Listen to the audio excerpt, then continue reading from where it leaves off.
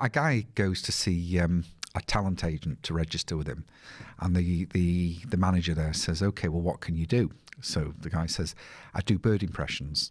And the guy said, "You know what? Bird impressions are 10 a penny." So the guy said, "Well, I'm very good at them." So the talent manager says, "Well, I'm not really looking for people like that. Can you do anything else?" And the guy said, "It's okay." Didn't say anything, then flew out the window. What is it that makes you fly? What are you good at?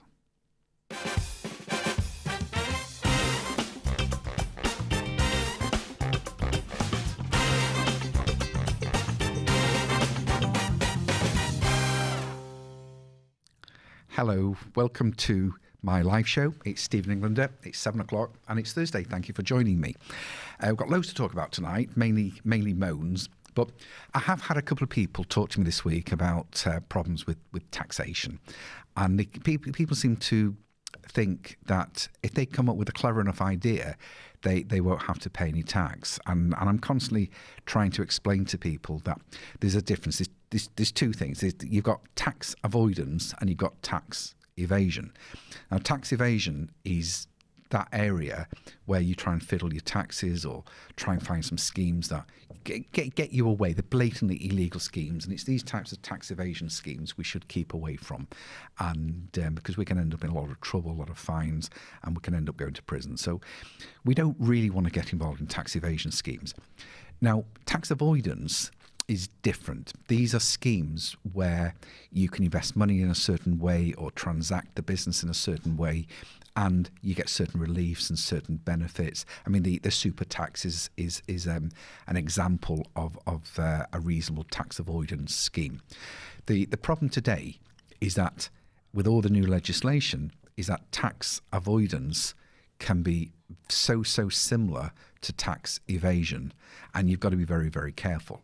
There are lots of schemes out there that people have invested money in because they think it's a legitimate tax avoidance scheme, and it turns out that it gets challenged and people get into all sorts of trouble and have to pay a lot of the money back into the schemes. So to check the validity of a tax avoidance scheme, it's probably best not to just run it past your accountant, but run it past the Inland Revenue, well, HMRC as well, or your accountant will get some proper clarification on whether it's a reasonable scheme to invest in. Because after all, I mean, you know, at the end of the day, people take a lot of attitudes that they can do these things because at the end of the day, they're not going to get caught.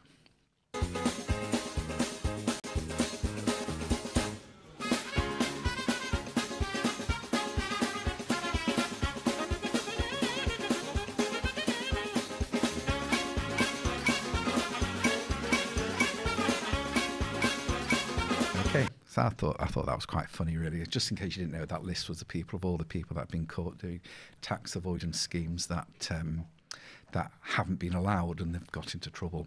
You know, they've not really been crooks or anything. They've just got into trouble because they've taken bad advice. But there we go. Incidentally, did you know that HMRC also published a list of people that have been convicted of tax evasion? So, you know, all sorts of little things that go on out there. Are you on that list? No, I didn't know that. No. But when you asked me to do that bit about the thing with the thing, I came across that list. Yeah. In fact, until you sent me the other list, that was the one I was using. Because you're normally on that other list, aren't you? Oh, I'm on the no school list. You're in a lot of naughty lists. But you know, these are all sorts of things we've got to be careful of. But just coming away from tax for a minute, I also keep getting talk to people asking me about certain bullshit deals. What's a bullshit deal? It's not dealing in manure. I can't, you know, I always ask myself, when a deal comes to me, it's like there's deals going around with PPE and oil and all sorts of things, and they're for millions and millions of pounds, and you think, you know what, I can make money here, and it seems like, you know, a retirement income, and it's absolutely fantastic. And I've had these types of things for years, and it's always been, oh God, you know, why would a deal that's going to net £26 million land on your door? There's nothing wrong with you, but are you really trading at that level? Because lots of deals that land on people's doors are usually because they're dealing in that sort of level. So why would somebody come to you and say, I've got a £26 million deal and you're going to make £5 million out of it just just, and you end up going to loads of deals and loads of meetings and nothing ever happens. It's just bullshit, and it wastes your time and takes your time away and focus away on things that you should be doing. You only had any bullshit deals, Graham? I think today. I did not sign up for all this today, sir. No, but it's been quite the fuss. No, it just. I feel bad for people, because in the past I used to go running round after these deals that weren't real, and it just wastes your time. So when you're looking for a deal, always take into account, is this deal I'm being offered? Even if you don't have to lay out any money, but if this deal is way bigger than something that would normally land on you, you've got to ask yourself why. And then you find that if a deal's going to happen, it's going to happen quickly, and the paperwork's going to be right. There'll be no running around, I've not got this, or I've not got that, or there'll be, we're just waiting for this guy in Afghanistan or wherever. Did you want me? In all seriousness, the ones that have been... The things that I've got involved in that I've regretted is usually when I look back, because they've started out promising the end results. Well, they do. Like, do you want to do this? Do you want to end up here? The ones that are promising the work from the start and the small stuff, that tends to be what works out. Yeah, that's it is. Because if you deal with the sort of stuff that you're an expert in, that you know about, then you're not going to go too far off the mark because you're controlling the deal. I'm going on about this because I've had somebody last couple of days wasting my time, driving me mad about these deals. And I keep saying they're not going to happen. They're not real. Why would someone give you a £26 million deal where you're going to make £5 million on it? It's not going to happen. Concentrate on your day-to-day business, and that's what we need. I mean, look, I'll come away from, but on the same sort of note, you've got things like Bitcoin. People are always asking me whether they should invest in Bitcoin, and I keep saying no, but they still go and buy into it, and they prove to me that it's going up and up and up, and they're making money, and I say that's great, but you've got no way of controlling the market. You've just got to buy it and hope. I know someone that's very, very excited because his investment in Bitcoin has gone up £10, and and I was very, very excited over that, and I think, way to go. But deal at the level that, again, deal at the level that you're at. But why don't I don't like Bitcoin. I don't like these type of things because I'm with Warren Buffett on this. When you invest in a business, you're getting something that's solid, that makes something, and the fact that it makes something means you can control that income and receive a general business. Like, if you've got an accountancy practice, you invest in equipment, people, marketing, but what you've got is a business that produces an income. It might be that you make carpets, and you've got a factory that makes carpets, but the end result is a carpet. But when you buy Bitcoin and you buy things like this, what are you buying? Your only chance of increased investment is the next guy that comes along to buy it off you thinks it might do better tomorrow than it's doing today. Sorry. I've got some insider knowledge for you if you want it. No, not really. Thank you. Right. But, Bitcoin, but you can do, Graham. You've got a quote here, haven't you? You've got, go on, give us your quote, because you're dying to say something intelligent. Oh, I was genuinely, I had something interesting to say about Bitcoin, but that's fine. Whatever. No, say I've got it. It's actually quite a good quote. No, yeah, I know you like the quote. Okay, go on. I'll tell you off camera then. No, I'll read it. I'll make my own show. Tell them. This is Graham. He's sulking now. Go. Well, tell me the idea. Idea. Well, it's not an idea. Tell me the insider. It's insider trader is illegal. This is open information. Just not a lot of people are aware of it yet. Mastercard has just put a block on adult payments via Mastercard. Obviously, they've just adult payments. So you mean payments by adults? People that sell on OnlyFans. I want clips. You like mean that. People that go on porn sites and stuff? Yes. Like that? This is a business show. No, I'm telling you that that's billions and billions, right? And all the ladies are now moving into Bitcoin. So it is. I promise you, it's going to go up. You, so because people can't sell pictures of themselves naked on what's it called? OnlyFans, etc. Yeah. So a lot of people, or just ladies, can't sell pictures of themselves, foot pictures, etc. Yes. naked on this site. So they're now coming off and they're buying Bitcoin instead. They're going to be doing it via Bitcoin. I guarantee it. I guarantee it. That's the next big frontier. And just like DVD and VHS, the adult industry has pushed and solidified new technology. I promise you. Why do you know these things? I just like to educate myself. Yeah, but why always in these areas? You know, I don't know. Is this another list you're on? Look, I was just reading about Mastercard. Okay, Well, a Mastercard. and my brain made a certain logic. Can we do quote of the day? Yeah, I think we should. Go on, let's do. I see. This is what I said in the first place. I said, let's do quote of the day. Growth is never mere chance. It is the result of forces working together. And that's James Cash Penny of J.C. Penney. Is it? Yes. Is that who it is? Didn't they become Primark? I don't know. Oh, right. Anyway. I don't know. Okay. I only know about adult industry, apparently, for some reason. Oh. But yeah, growth is never mere chance. It is the result of forces working together. I like that one. No, it is. But, you know, I look at, I'm always looking at how people are successful. I'm always reading. I was a big fan of all the, people like Anthony Robbins and Zig Ziglar and all the great sort of management and life coaches and all of these. And I think a lot of what they say sort of it sinks in. Yeah, that's over the years. And what I've learned from all of this is that the key to real success is nothing more than focus. Nothing more than concentrating on what it is you want. Every conversation, every transaction, everything you do should have in the back of your mind where you want to be.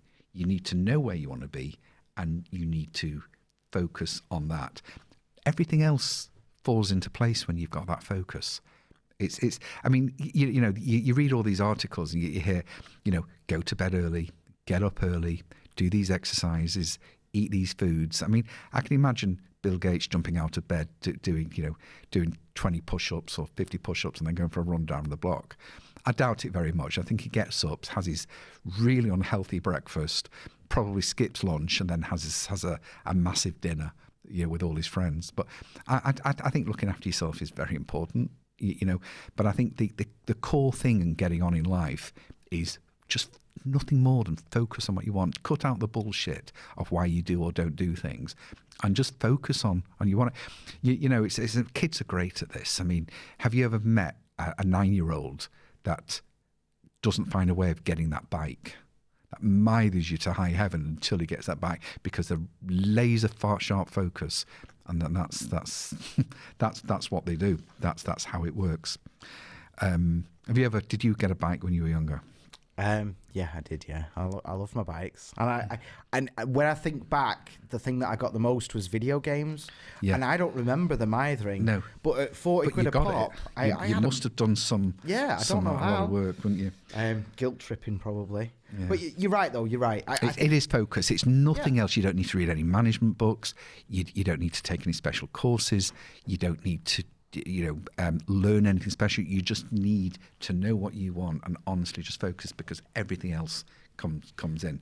The vast majority with the internet as well now, you can anything you want to do, there's the building blocks. Well, it's a tool. Don't even get bogged down with that. Just concentrate on what you're doing today, tomorrow. The deal in front of you is the most important thing in the world, and that's what you focus on. So eat what you want, do what you want, but focus on, because when you've got that focus, it gives you a purpose as well. Purpose is a great way of creating focus. And I think so many people lack focus. Sometimes there is a sacrifice to being successful or going successful, but it's not an either or situation. It's because your mindset starts to change. So you find that you don't want to talk about football as much. You want to talk about your deals. You want to talk about your business. You want to talk about how you're getting clients. You want to talk about that type of thing. And sometimes it can alienate you from those around you. So the answer is have friends with other people that are in business, that other people that are focused. Because honestly, I don't want to go on about it, but it is all about focus. And that sort of brings to another point, because being focused means that sometimes you let go as well. I had an interesting gentleman with me today, Barry Wall, who is a lecturer and a specialist in business and management. And it was interesting because we all reach a point in a business where we no longer be the mechanic, we no longer be the manufacturer or the chef, we're no longer serving clients, we're no longer doing the things that brought us to that level, and we're becoming more of an overall manager, making sure that other people do what they're supposed to be doing and that systems work, and we're monitoring ROIs and all sorts of other statistics. And this is when we start becoming a bigger business. But don't fret if you don't want to be a bigger business. If you just want to continue doing what you do and it's making a living and it's giving you everything you want, then fine. But if you do want to grow, that's when you've got to start looking at other skills and you stop being the guy on the floor. You've got to start looking at strategy and other things. But if you want to run your shop, if you want to run your eBay business, if you want to continue manufacturing doormats, then that's perfectly fine. But it's part of that focus. It's part of knowing that that's what you want to do. And when you get that focus, it'll take you for the rest of your life. Talking about things like focus, though, we're coming on to, we're all reopening now, with restaurants reopening soon and whatever.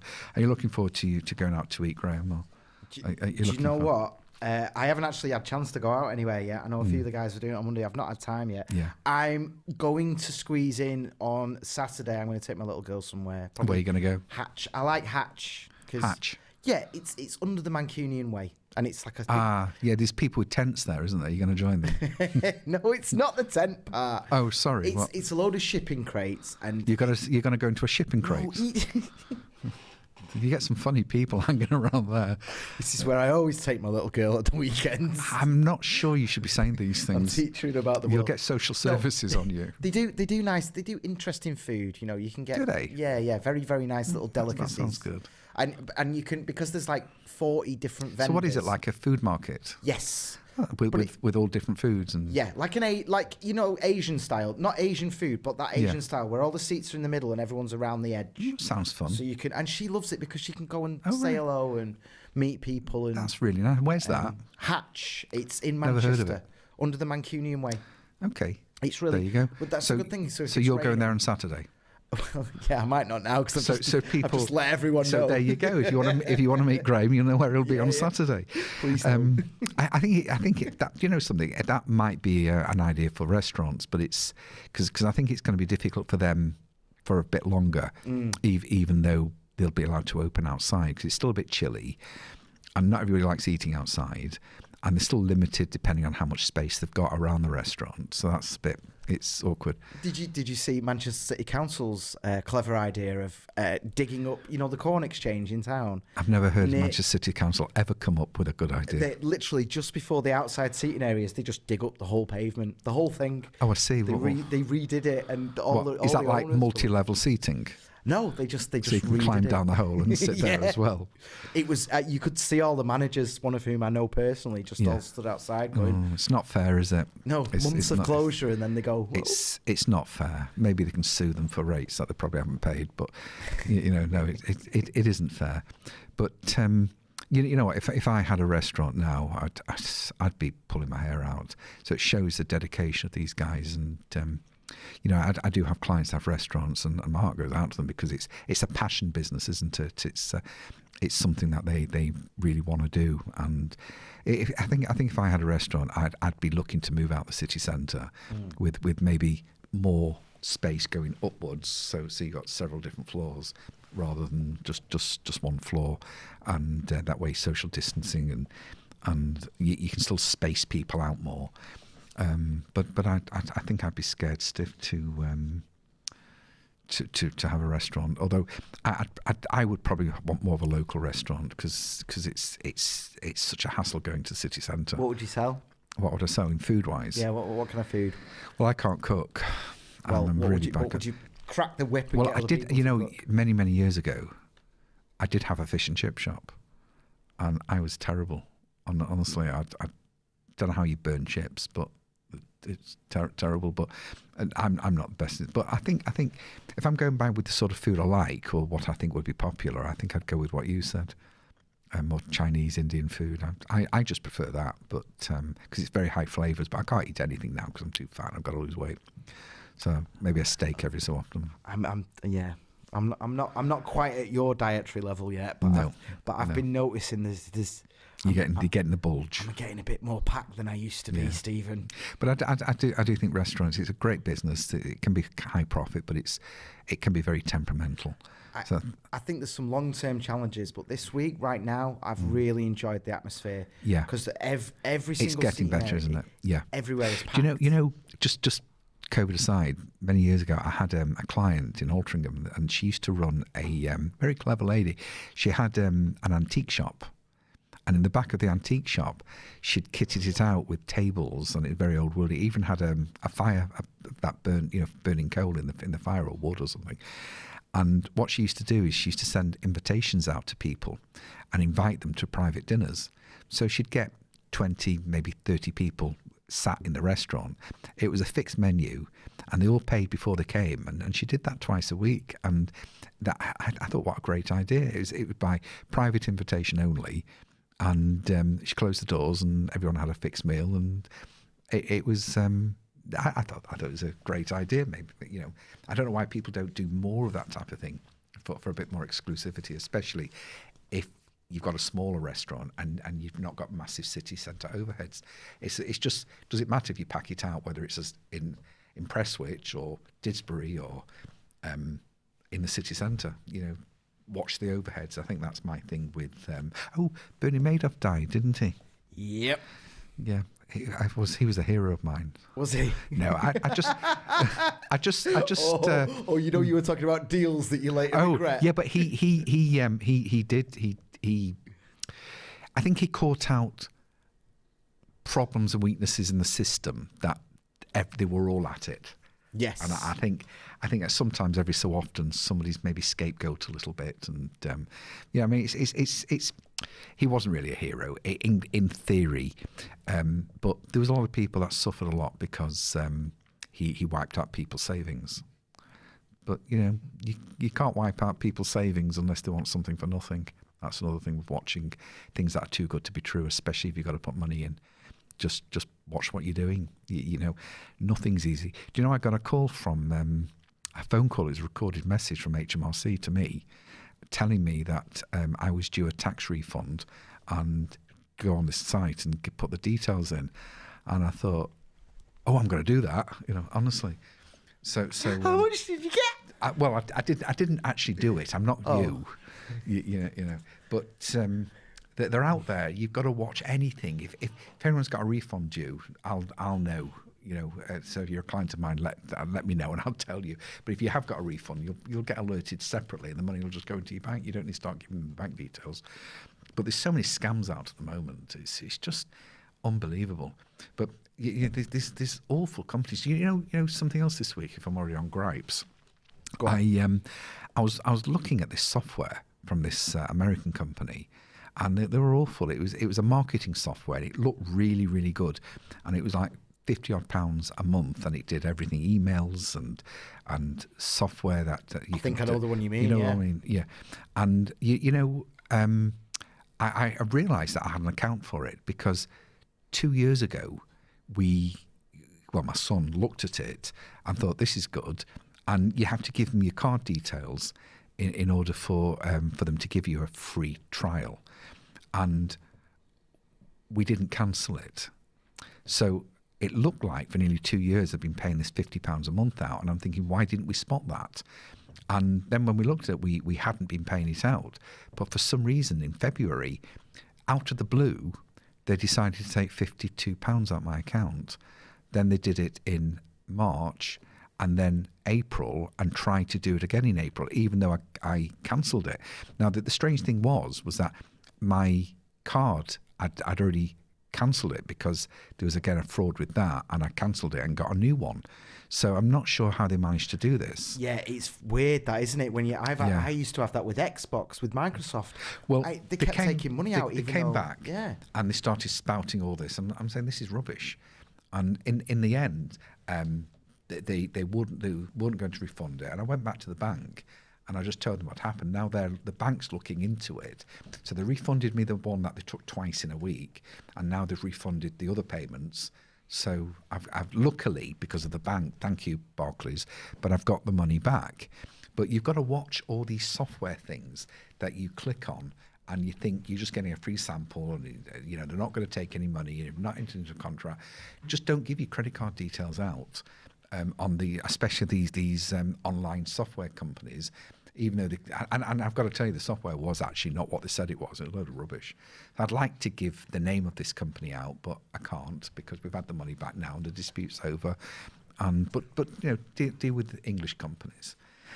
So there's a plug, isn't it? What do you think of all these HGVs, the automation of HGVs? Well, this is the interesting thing, isn't it? Because proponents of UBI, such as yourself, one of the big arguments is HGVs, and they're all going to be automated. And in Mexico, sorry, just let me. UBI, it's Universal Basic Income. It's a policy where everybody gets an income, whether they work or not, and ideally, if they are working, they get their wages on top. So everyone's got a minimum decent level of income of whether they're working or not. And I'm a big fan of it. If for no other reason, then you get such arseholes working for you that only work for the money. And if that's what they do, then better get people in that actually want the job and want a career. So I don't believe people should starve just because they don't want to work. And so I think they should all get this money. The basic argument is that everyone will sit on their asses and do nothing, which I don't believe is true. I think it'll better most people's lives. And that how is it going to be financed? Well, that's a different discussion, but I just thought I'd let you know. Sorry, the truck driver. Oh, so obviously in America, Andrew Yang, presidential candidate, he was running as a UBI candidate based on truckers. That was his big argument. And we've actually had a bit of an experiment in Mexico now where but what happened was, rather than the truckers losing their jobs, the trucks were just running 24 hours a day. Right. They still had 2 people in there, but they were keeping it safe from obviously being robbed, because if there's a load of automated trucks on the road, Mexico, America, here, wherever, you're going to rob the place, aren't you?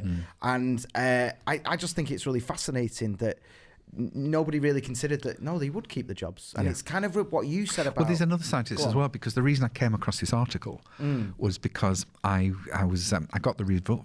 We do reviews with clients every day, different clients, and one of the results with the review where we're looking at what's one of the biggest problems you've got in growing your business, and one of their problems, because they're a haulage company, was actually getting drivers.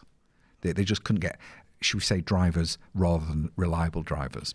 Yeah, so they're a dying breed, aren't they? They just couldn't find people that wanted to do this job, or whatever the reason. But So I was just looking up to see if there's any agencies or anything that maybe I could put them in touch with, or just to look at the problem a bit more. And it is a massive problem across the world that people can't get drivers. So I don't think this automation is going to put people out of work. I think it's just going to enable the process without having to rely on people that are unreliable or don't want the job. I think that drivers themselves, the reliable people, will always find more. And remember, this technology is not going to be that cheap, so it's going to be many years. So like a lot of these types of jobs, as people already in the roles in business as well start to retire and move on, the new generation realise that there's no career there, so they look for other careers. I think that's what will happen. But I think there'll always be a place for everybody and everything, depending on what that level.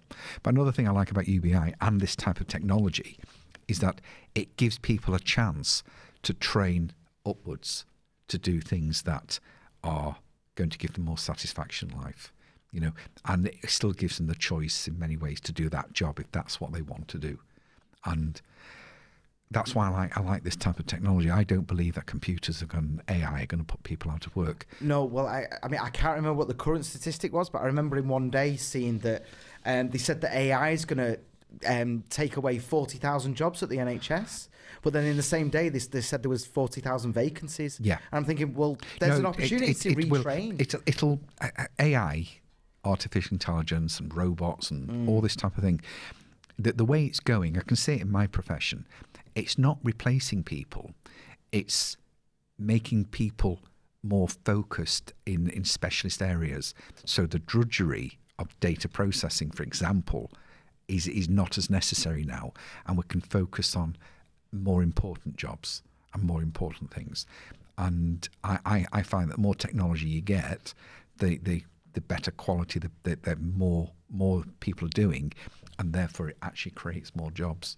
Because I know since I switched to a more tech and more software, I've had to take more people on, you know, not less, because the jobs become more complex. And then legislation increases because they realise that they can get more information out of businesses, and more businesses can do more of the government jobs, and so therefore technology enables that more and more. So there's always going to be examples of businesses failing because of technology, but there's a lot of businesses that have done much better now through the recent pandemic because they've embraced technology a lot more. So there are people that like I said at the beginning, that go down while they adjust and then start coming back. And people, even though some people have had to close down, the entrepreneurial spirit and focus that they have will create new jobs and new opportunities and new businesses for them. Because just because a business died, it's not like you've died, it's just the business is closed. There's always another idea, a new business. And once you develop those business skills and that focus, and you want to do it, and you're not scared, and you've overcome the fear, you can jump in and you utilise whole new things. I mean, I've had a couple of career changes. I mean, totally different. I was a market trader once. Now I'm an accountant. Lots of people do this. So anyway, the final, I know I mentioned it last week, but we were talking about Asda. This is great for people like you, Graham. So, because you do a very basic, low-end job, but then with this new Asda ruling and pay for warehouse and floor staff, yes, it means that you can open yourself up to expecting higher pay to be on level of people like Hayden that know what they're doing. No, I've got to say, Graham's been responsible for pretty much everything today, getting that, while Hayden and I have been talking to guests. It's fine. No, you keep telling people other things. It's fine. So we're coming to the end of tonight's show. Did you literally do that Asda story just to insult me then? That was it. Anyway, time to go, guys. You know me too well. Graham, would you like the final word? You know what? I like you, Stephen, despite your best efforts. Thank you. That's what lots of people don't say. So anyway, thank you very much for joining me again tonight. A little bit of information all over the place. Don't forget to hit my bell and follow me on YouTube. The laughing, I've said something, I've said it the wrong way. Just subscribe. Thank you. And then you'll get alerts to my show. The views are steadily going up every week, but I'd just like to thank you for joining me and putting up with me. And if there is anything you'd like to talk to me about, do contact me. I'm here, and my team are here. And, I'm going to burst into tears soon because I'm getting emotional. But thank you for joining me. Good night.